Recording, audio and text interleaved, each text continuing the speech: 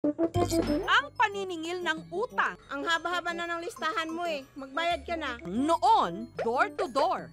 Pero ngayon, ang mga may utang ay dinidisplay pa ang kanilang mga pangalan sa labas ng tindahan. Ang Indian national na ito na nagreklamo sa barangay dahil pinagtataguan daw siya ng mga may utang sa kanya. Lindol, hindi ramdam. Pag ako dating layo pa lang, ramdam agad. Magaling din eh, no? Ako bigay tali aso. Ako singil, di na tali.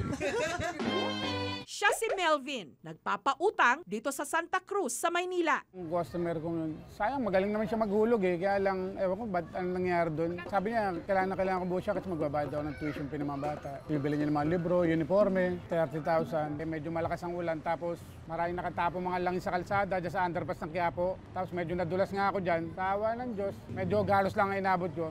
Tapos nung pagbalik ko kinabukasan, sisingilin ko na siya, kako mag-uumpisa na siya ng hulog, di ba? Yung pala, wala na pala akong dadatnan doon, sarado na po pala sila.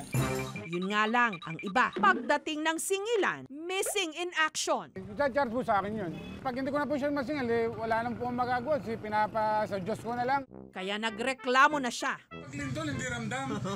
Pag ako dating layo pa lang, ramdam agad. Magaling din eh, no? Ako bigay tali aso. Ako singil, di na tali.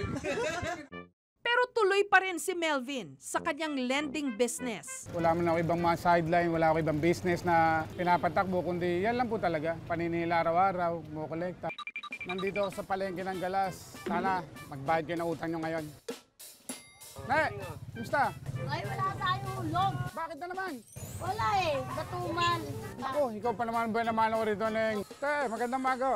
Eto, maniningil na ako. 350 lang. Bakit 350 po mabayad niya? Eh, kala ko mamalasin. Buti naman. Pangalawa, tuloy-tuloy.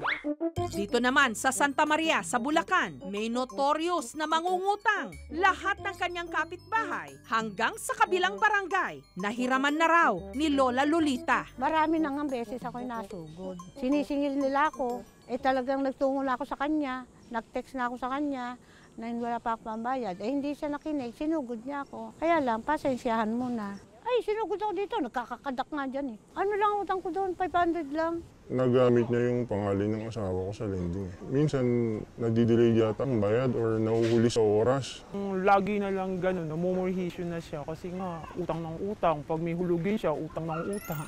Pero dito raw sa Bulacan, kapag minura o pinahiya ka ng iyong inutangan, quits na, amanos na kayo. O sa 500 mumurahin niya ako, susugurin niya ako, hindi. Uy, wag na, dahil hindi po pwede yun. Eh napahiya na ako, bayad na ako, sobra pa yun eh. Bakit, mabibili ba niyang kahihiyan? Hindi naman na. Basta ako'y nakiusap sa kanila, magbabayad ako. Hintayin nila, huwag nila akong pagsalitaan. Nangangailangan ka ba? Pwede na ngayong mangutang online. Ang utangan, alam nyo bang high-tech na rin ngayon? Sa ilang click lang, meron ka ng instant money. Ito'y sa pamagitan ng mobile lending apps. At isa sa mga sumubok nito, si Janet. Hindi niya tunay na pangalan. Ni-refer lang kasi ako nung office mate ko. Siyempre, minsan nagigipit. So nag-try ako. Pag nag-apply ka, may susundin ka lang na tanong nila. Lalagay mo din yung information. Siguro mga after 30 minutes or after 1 hour, makukuha mo yung pera. 3,000 piso ang inutang ni Janet, pero 1,980 pesos lang ang kanyang nakuha. Bawas na ang transaction fees. Gayunman, kailangan pa rin niyang bayaran sa loob ng 14 days ang 3,600 pesos o halos doble na ng kanyang inutang. Since ang bilis nung pag-process nga ng loan, nag-try din ako sa ibang lending app. Kaya nainganyo akong mag-loan. Hanggang nito lang April 17, saktong isang araw lang matapos ang kanyang deadline na 14 days, nakatanggap siya agad ng text. Pati pala ang kanyang mga kaibigan, kamag-anak at katrabaho o yung mga taong nasa contact list ng kanyang telepono, pare-parehong nakatanggap din ng text sa mobile app.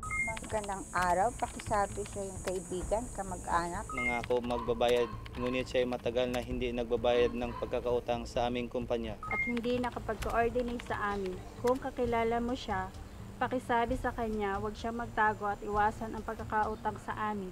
Is ginawa sa yung contact reference ng aming client. Tumawag yung mother-in-law ko na may na-receive daw silang mga text. nakakahiya. Parang naparanig nga ako, feeling ko lahat na nakasalubong ko. Alam nila yung nangyari. Tapos tinawagan ako sa HR namin kasi nga kinonfirm na bakit ko daw binigay yung number ng boss ko, which is hindi naman. Ang hinala ni Janet, na-hack at na-access ng lending application ang directory ng kanyang cellphone. Pagka-install mo kasi nung app, may question na kung i-allow mo yung sa contacts, kung pwede nilang ma-access. Hindi ko naman kasi nga alam na magkakaroon ng problema. Inalaw ko. Kaya sunod naman siyang nakatanggap ng pagbabanta. Siyempre, nakakatakot. Doon na ako kinabahan. Damay pati family. Ako lang naman. So sana ako lang. Wag na ibang family ko. Iba kasi talaga siya. Iba yung dinulot niya. Aminado naman ako dun sa may utang. Pero yung parang ang laki ng binawi nila sa akin. Yung iba kasi na-settle ko na. Nausap ako ng HR namin. Baka nga daw kung magkaroon ng chance na mawalan ako ng trabaho dahil dun. Isa raw sa mga lending app na tinukoy ni Janet. Ito ang kanilang pahayag. Hindi naman ho sinasadya itong kung napapahiyaman sila, no? Walang ganung intensyon. Just like any other client, inaalagaan din naman niya ng lender. Hanggat sila'y nagbabayad. Yung hinihiram nilang cash nitong mga borrower na to, ang tawag dito high risk na loan.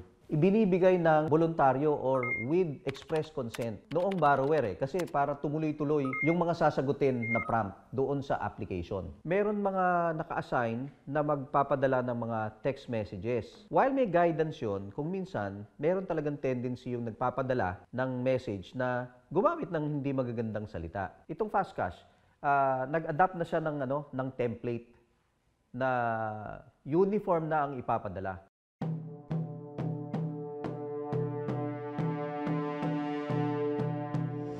Sa huling ulat, umabot na sa halos 500 ang mga reklamong natanggap ng NPC o ng National Privacy Commission kaugnay sa diumano'y paggamit ng lending applications o apps sa private data ng mga umutang na hindi nagbayad para iharas o hiyain sila ng mga ito. Sa ngayon kasi undergoing investigation po, so hindi namin masasagot po muna or madedetermine kung legal sila or not. Pero isa yun po sa mga angulo na tinitignan namin. May hearing naman po kami, so yung parehong sides naman po, binibigyan namin sila ng opportunity. Hinihingi din po namin sila ng ebidensya, so dun po naman makikita kung may laban o hindi.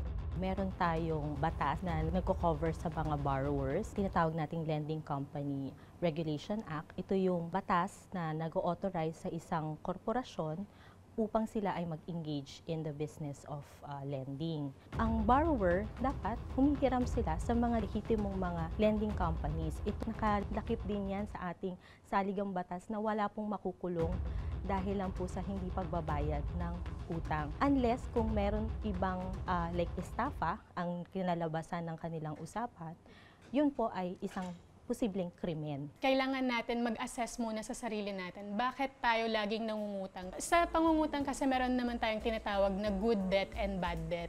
So yung good debt, later on magbibigay ulit yan ng interest or mag-generate siya ng profit at magkakaroon pa ng additional funds.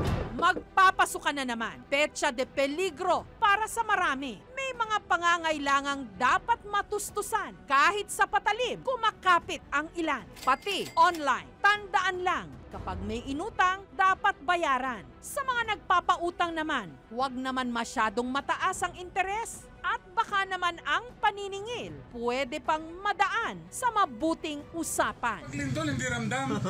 Pag ako dating layo pa lang, ramdam agad. Mga kapuso, kung nagustuhan niyo po ang videong ito, subscribe na sa GMA Public Affairs YouTube channel.